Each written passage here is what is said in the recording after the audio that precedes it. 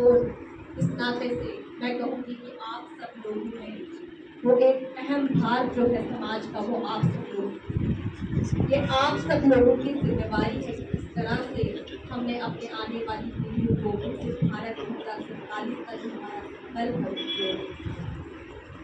आप सबकी भूमिका विकसित भारत 2047 के संकल्प और वो हो जाती है, क्योंकि शिक्षक ही एक मात्र ऐसा व्यक्ति है पूरे समाज में, पूरे समाज पूरे क्षेत्र की जो पूरी स्टेट, पूरी यूपी की करता है, और पूरे भारत को अगर हमें आगे बढ़ाना है तो हमारे शिक्षकों के कानून में ये आज जब मैं आप सबके सामने बोल रही हूँ तो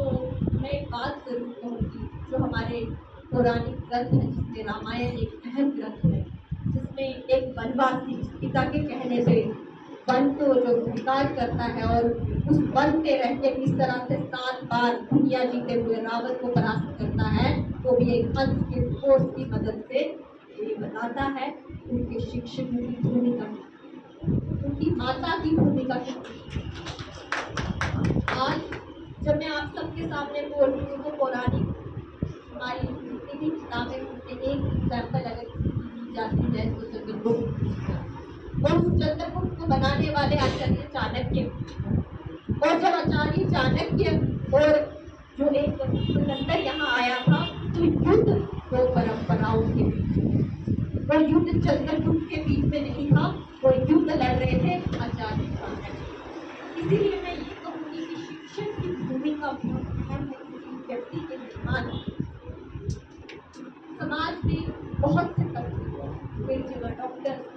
इंजीनियर, कई जगह प्रोफेसर, कई जगह बाकी लोग काम कर रहे हैं, PS ऑफिसर्स हैं, एडमिनिस्ट्रेटिव ऑफिसर्स, जजेस, सभी लोग हैं समाज में, लेकिन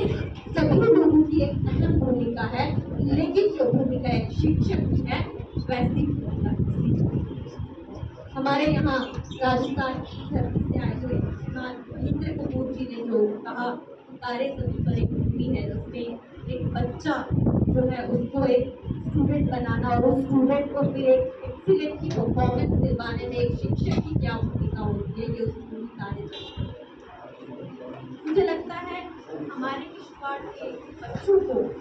शिक्षा व्यवस्था को सुधारने की बहुत जरूरत है, और उस शिक्षा व्यवस्था को सुधारने में आप सबकी बहुत अहम भूमिका है। अगर आप सब लोग अपने बच्चों को, जो हमारे स्कूल के बच्चे पढ़ रहे हैं गवर्नमेंट स्कूल में, मैक्सिमम मुझे ऐसा लगता है, मैंने स्टडी में भी ये विषय उठाया था कि मैं चाहती हूँ